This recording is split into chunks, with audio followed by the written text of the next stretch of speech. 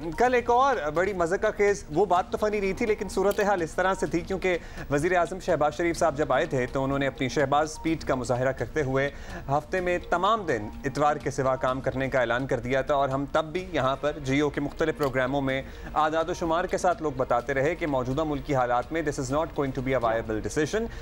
मतलब ये क्या है, ये ऑप्टिक्स हैं और बड़े ही मायूब ऑप्टिक्स हैं। और कल मरियम औरंगजेब साहिबा और दीगर वफाकी वज़रा जब प्रेस कॉन्फ्रेंस में ये बातें बता रहे थे तो उन्होंने ये बताया कि अब ये डिसीजन रिवर्स किया जा रहा है और उसके बाद उसके फ़वाइद गिनवाना शुरू हो गई। मतलब तो मैडम बसद एहतराम, आप फ़वाइद गिनवा रही हैं कि इस एक दिन की छुट्टी को बहाल करने से ये सब कुछ हासिल होगा और इतनी बचत होगी। तो ये छुट्टी तो आपने 50 दिन 60 दिन पहले ख़त्म की थी, ये छुट्टी तो वैसे ही थी। ये कैसे आप फवाइद गिनवा रही हैं कि अब हम ये खत्म कर रहे हैं तो इससे ये फायदा हासिल होगा? तो लिहाजा ये इसको मतलब इसके लिए आपको ब्राउनी पॉइंट्स इसलिए नहीं मिलने चाहिए क्योंकि इट्स नॉट लाइक कि ये आपने इजाद की है ये चीज़, ये इसी तरह ही चल रहा था, आपने आते हुए चेंज किया था। सो लिहाजा खैर एनीवे मरियम औरंगजेब का क्या कहना था। सरकारी दफ्तरों में समोसों, पैटीज और केक के साथ शाम की चाय और खाना बंद हो गया है। हफ्ते की छुट्टी बहाल हो गई है। इसके अलावा भी जनाब आपको बता दें कि वज़रा और सरकारी अफसरान को नई गाड़ियाँ नहीं मिलेंगी। पेट्रोल का कोटा 40% कम किया जा रहा है। सरकारी खर्चे पर अफसरान मुल्क से बाहर नहीं जा सकेंगे और जो मशीनरी है सरकारी दफातर के लिए दरकार वो भी फ़िलहाल नहीं मंगवाई जा सकेगी। मरियम औरंगजेब ने क्या कहा सुन लें। काबीना ने सैटरडे की छुट्टी को बहाल कर दिया है। जो फ्राइडे है उसको वर्क फ्रॉम होम की तजवीज़ आई है तो उस पर एक कमेटी तश्कील दे दी गई है जो अगले काबीना में इसकी तमाम तजावीज़ को पेश करेगी। 6 से 15 जून तक 3.5 घंटे लोड शेडिंग की जाएगी। उसके बाद 16 से 24 जून के अंदर दौरानिया लोड शेडिंग का इंशाल्लाह 3 घंटे हो जाएगा। 30 जून तक 2 घंटे जो लोड शेडिंग है उसका दौरानिया आ जाएगा। पूरी 40% गवर्नमेंट डिपार्टमेंट्स, गवर्नमेंट ऑफिशल्स और काबीना के मेंबर्स की जो फ्यूल कोटा है उसको 40% कम किया जा रहा है। अच्छा, इस सारी बात में मुझे कोई ये बता दे कि समोसे और पैटीज और केक क्या मुफ्त होते थे? सरकारी खर्चे से होते थे ना। नहीं मतलब कि सारे जो उस दफ्तर में काम कर रहे हैं उनके पैटीज मुफ्त हैं। आई वंडर मेहमानों की तवाज़ो के लिए। वैसे ये बहुत ही अजीब सी प्रैक्टिस थी अगर पहले से भी थी तो।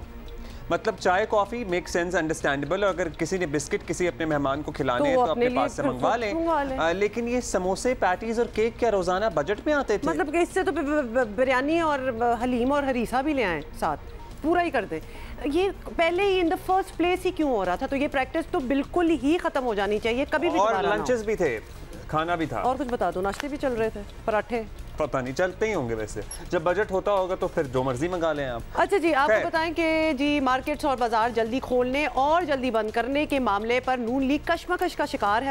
अभी नहीं समझौता हुआ कि क्या करना है और ये समझा जाता है कि ताजर बरादरी अपना बड़ा वोट जो है वो नून लीग को देती है। शायद यही वजह है कि शहबाज हुकूमत इस मामले में कोई फैसला नहीं ले पा रही, अभी तक तो कुछ नहीं लिया। अलबत्ता जुमे को घर से काम करने की तजवीज़ और बाजार जल्दी खोलने और जल्दी बंद करने की तजवीज़ कमेटी को भिजवाई गई है। और मकसद ऑब्वियसली आपको पता ही है कि तेल और बिजली की बचत करना है। तो लेट्स सी कि इस पर क्या फैसला आएगा। और हुकूमत एक तरफ ये इक़दामात ले रही है तो दूसरी तरफ हर चीज़ की कीमतें ऊपर जा रही हैं। आपको बताएं कि ओपन मार्केट में डॉलर जो है वो 203 रुपये 50 पैसे का हो गया है। लेकिन अगर आप ब्लैक में तो ऑब्वियसली आपको पता ही है कि 207 पर भी फरोख्त हो रहा है। This is the limit.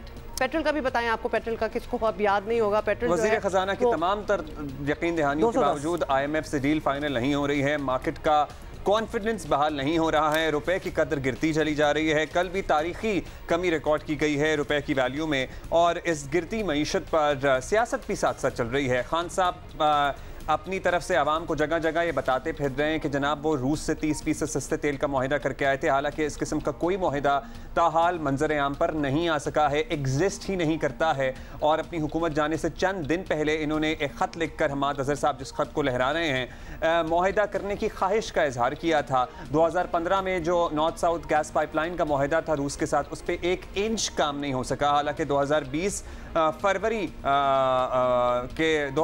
फरवरी के बारे में एक कहा जाता था। नदीम बाबर साहब की प्रेस कॉन्फ्रेंस ऑन रिकॉर्ड है कि जनाब उस पर फिजिकली काम शुरू हो जाएगा, उस पर 1 इंच काम नहीं आगे बढ़ सका।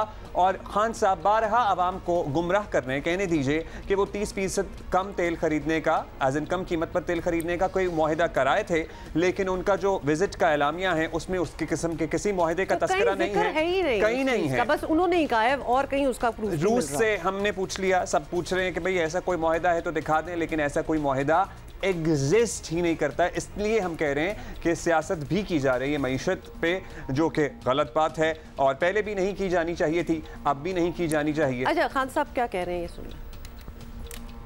आप जरा हालात देखें, सबसे पहले तो महंगाई का देखें कि मैंने पाकिस्तान की तारीख में कभी ऐसी महंगाई नहीं देखी। हमने कभी ऐसी महंगाई नहीं देखी। कभी भी पेट्रोल, डीजल, बिजली, गैस कभी ऐसे नहीं बढ़ी। दूसरा, माइशत, हमारी रेटिंग जो इंटरनेशनल इदारे रेट करते हैं, मूडीज, वो माइनस में चली गई है, अनस्टेबल पे। इसका मतलब कर्जे नहीं लिए जाएंगे। अच्छा, साथ साथ आपको ये भी बता दें कि इमरान खान एक मायूस कुन लॉन्ग मार्च के बाद खुद कंफ्यूजन का शिकार है, इसलिए उनका दोबारा निकलना आसान ना होगा। और वजीर ख़जाना मिफ्ताह इस्माइल कहते हैं कि अगर PTI के फॉर्मूले पर चलते तो पेट्रोल जो था वो 300 रुपये लीटर हो चुका होता। सुने क्या कहा। आज अगर मैं शौकत तरीन साहब के मायदे पे, इमरान खान साहब के मायदे पे चलता तो या तो नौकरी से निकाला जाता, या अगर मैं चलता तो इस वक्त 300 रुपये का पेट्रोल और डीजल होता। ये मैं आप हिसाब करके देख लें। IMF का एग्रीमेंट जो लिखा है वो ब्लैक एंड वाइट में लिखा हुआ है। हर महीने 4-4 रुपये बढ़ाने थे और 17 रुपये पे आ गए थे 21 रुपये जाने से। जब इनको ये लगा कि इनकी हुकूमत जा रही है तो ये ट्रैप हमारे लिए ले गया।